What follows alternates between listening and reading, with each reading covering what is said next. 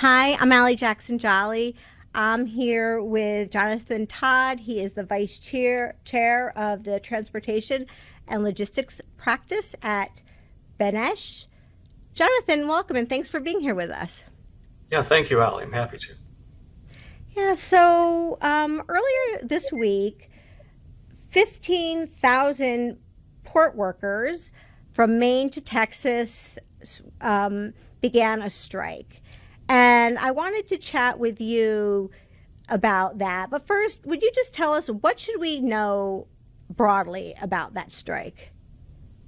Right. So the big picture story is that we have a strike that extends from all of the East Coast ports down through the Gulf Coast ports.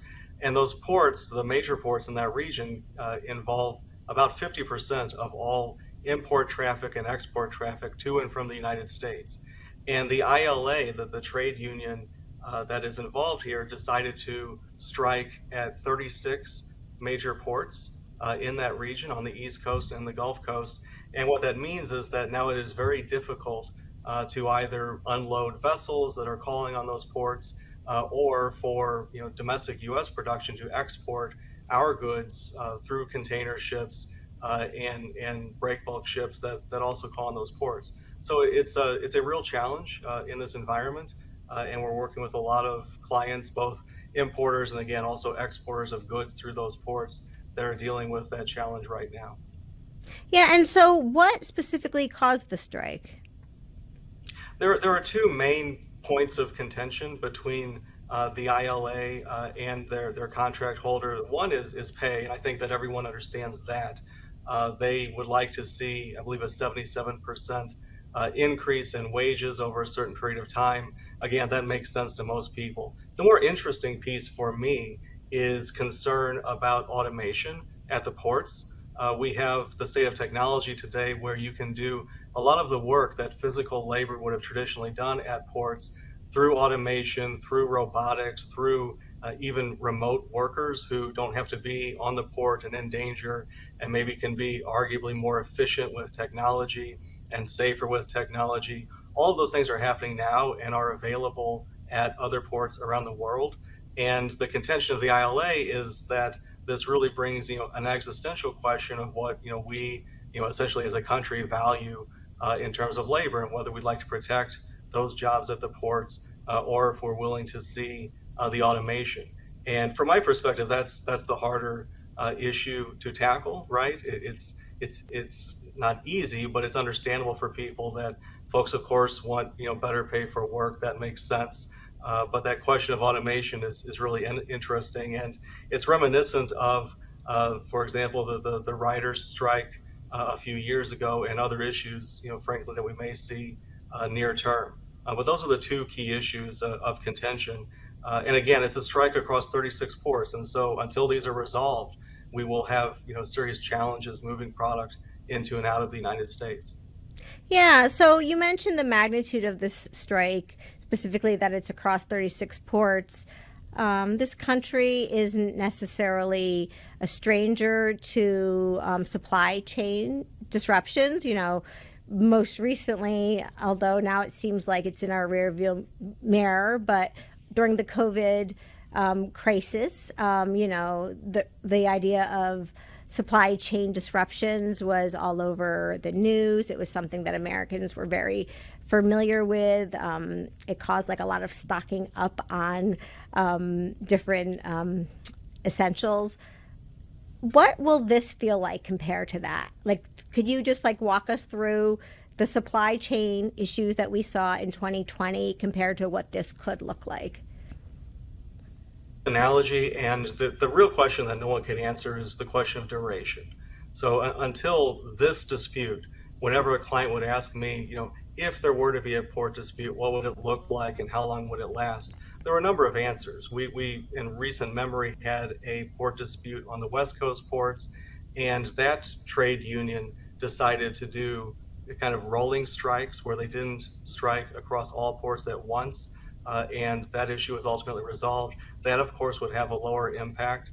The other point in recent memory that is often given as an example is, 20 years ago, in 2002, there was a very large West Coast pork strike, and President George Bush at the time used what's known as the Taft-Hartley Act to bring the parties back to the table and resolve that strike. And the duration of that strike in the end was around 11 days. And so the traditional guidance is it depends on how the strike occurs, it depends on how long it lasts, maybe ballpark a week or 2 weeks. Here, I don't know that anyone really knows how long this will last. That's really crystal ball territory. What we do know is that for folks who need either product in the US or get product out of the US, you can kind of think of it in terms of near-term and long-term solutions. Near-term, there are real challenges, but some have done things to help prepare for this. So there's been a dramatic increase in inbound cargoes in the West Coast, even leading up to this week. That's caused by a few things. That's caused by the need for retailers, for example, to stock up for the busy season. It's also caused by the fact that the Biden administration rolled out new tariffs on goods from China that went effective on September 27th. And this issue of the ILA port strike has been on people's radar since around June. The parties have not been talking for quite some time. So there was reason to move cargoes into the West Coast and to try and prepare for this. But here and now, in the first week of October, we have a very real challenge where goods that were intended to go out of the East Coast or the Gulf cannot, and goods that were intended to come in also cannot. And so the immediate tactical solution is to use kind of every tool in the logistics toolbox. I've talked with clients who are using air cargo to, instead of exporting with vessel, maybe placing goods on aircraft to move them outside the United States. That's very costly, so that's a cost driver, and it is reliable, but it's very, very costly. I've also heard of folks on inbound cargoes exploring options. For example, you could bring vessels into Canada or into Mexico, and then maybe rail into the United States, or bring them into the United States by a motor carrier. I think that some of that may be more challenging than people understand or believe, and would also be costly to do and time consuming. The other thing is, there will be opportunity to move vessels to the West Coast or to other ports. So right now, my advice is to try and receive all of the cargoes that we can and export all the cargoes that we can and use the entire toolbox of logistics opportunities to do so, just to get through this near-term issue. Longer term, it's something that can be planned for to a degree. So on a longer-term perspective, if cargoes have not yet left their origin and they're coming into the U.S., the steamship lines who are hauling those and the logistics providers that are working with the lines and the beneficial cargo owners can find alternate ports and can try to manage that. But then the longer term challenge we'll run into is congestion, just like we saw into 2020 with the COVID pandemic, because there is the real possibility that the West Coast ports cannot handle the capacity of volumes that they'll see due to this shutdown if it lasts long enough. And then we could have the images again of vessels waiting at sea to come into port, of congestion with containers and other very serious problems similar to what we saw during the pandemic. So I think that folks are doing the best they can, but it really is kind of a near-term, long-term play at this point.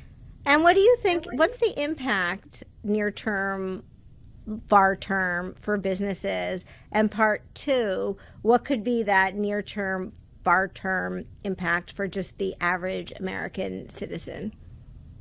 Yeah, so for businesses, the immediate issue, and just thinking of inbound cargoes, is that we will not have the materials that we need.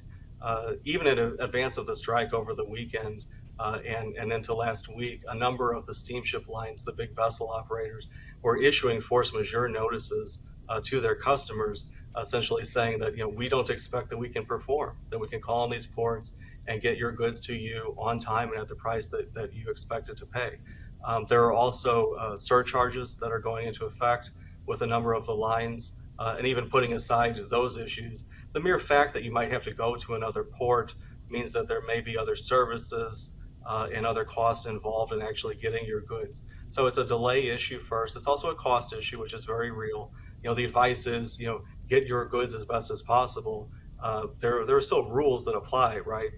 The regulatory body for ocean shipping is the Federal Maritime Commission, and they've issued advisories alerting the industry that all of the rules about how you rate your services, the cost that you charge for your services, and the way that you deliver those services are still in play. This isn't a free for all where the service providers can do whatever they please. But it is a time when it's fair that domestic companies, could expect to pay more to land their goods in the U.S. They won't come on time. What that could mean is that if you have a manufacturing facility in the United States, for example, maybe you won't have the raw inputs that you need to run your shop. It could also mean that if you're in the retail business, maybe you don't have the goods that you need to stock shelves and sell what you need to sell. On the outbound side, this is impacting the agriculture sector. It's also impacting the automotive sector. There are a lot of ag and auto exports in these ports, and it means that it's more costly to deliver your products to foreign markets, which will impact, of course, your profitability and also your service level to those customers.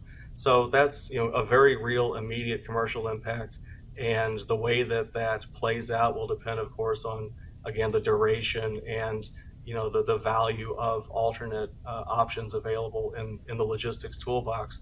For the consumer, what that means is, there is the possibility as this drags on that we cannot buy what we want to buy. There's also the possibility that businesses will be impacted. So it's not kind of overblown to say that there could be real impact on some jobs. The simple example is, there are lots of folks who maybe aren't on strike now, but they're in businesses that work with the ports or that rely on the ports. So, for example, in trucking, there are what are called dray operators, which are companies that move containers to and from the ports. If you don't have container traffic, then you don't have those jobs. And going back to the manufacturing example, if you don't have raw inputs that you need to produce whatever it is that you're producing in the U.S., then that could impact those jobs as well. It all remains to be seen. I'm not a Chicken Little kind of person. I don't want to say that the sky is falling, but this is a very real issue with very real impacts. And one other recent example that you could think about is the Port of Baltimore. When the bridge collapsed earlier this year, and there were questions about that impact on the supply chain. That was very acute, and it was localized for the most part. And the traffic that would otherwise go through the Port of Baltimore very easily went in and out of, for example, the Port of Newark, New York, and other ports in the region. So there was capacity to take on those cargoes, and that's just a very difficult issue now when we're talking about essentially, half of our continent being impaired by these strikes. Yeah, when you say it that way, it really makes one think about the magnitude, half the continent. And then what about, you spoke a lot about what businesses can do in response to the strike. What can government do? Or is it really just on the business's shoulders to find the response and fix this? Right. So the number one government action that people talk about is possibly the use of the Taft-Hartley Act. And the Taft-Hartley Act is the federal statute that allows a president, if there are national security concerns or other serious national impacts from a strike, to essentially force the parties back to the bargaining table. There's a 80-day cooling off period, and essentially work can resume while a deal is struck. This is what President George W. Bush did 22 years ago after an 11-day strike to bring that to a close. This is an election season, and we have a very pro-labor president who has on many occasions said that he has no intention of invoking Taft-Hartley to bring this to a close. So I don't anticipate that happening unless things change more dramatically than we expect. But that's the number one tool that could be used in situations like this. Beyond that, the federal agencies, including the Federal Maritime Commission and U.S. Customs and Border Protection, just to name two, have issued many advisories, mostly suggesting that, from a regulatory legal perspective, this is status quo, that this is not an opportunity for anyone to try and get around the rules. This is not an opportunity for service providers to try and charge more than what is otherwise a lawful rate for service to get goods into the United States. And if you think about that's still recent memory for a lot of U.S. businesses, because during the COVID pandemic, a lot of businesses suffered really great charges on something, just as an example, called detention and demurrage, which is the charges that accrue while you have a shipping container, and if you deliver the shipping container late back to the port, then they can get very, very costly. There were what the Biden administration viewed as abuses during that period, and as a result, there was legislation. President Biden signed the Ocean Shipping Reform Act on June 16th of 2022, which was intended to address those types of things. And the Federal Maritime Commission has been very clear leading up into this incident, this issue, that those rules still apply. And so there is, to a degree, a playbook. But what that doesn't solve is the real world, tangible impact that U.S. industry needs to sell its products, U.S. businesses and consumers need to buy products, and that requires traffic through our ports. Yeah. How hopeful are you that there will be an agreement between these two sides anytime soon? Well, there needs to be an agreement at some point. I still like the prevailing wisdom that an incident like this probably has a 1 to 2 week duration. That's completely crystal ball type speculation, but that's what we've seen in the past. If you look at some of the speculation on financial impact of this strike, it's dramatic. It's very serious and very real dollars that every day costs the U.S. economy. And there are also speculation about the lingering impact that, for example, I know some have said that for every day of a strike, it will take perhaps 5 days for the U.S. economy to recover from that strike. And that's in terms of moving product and everything else.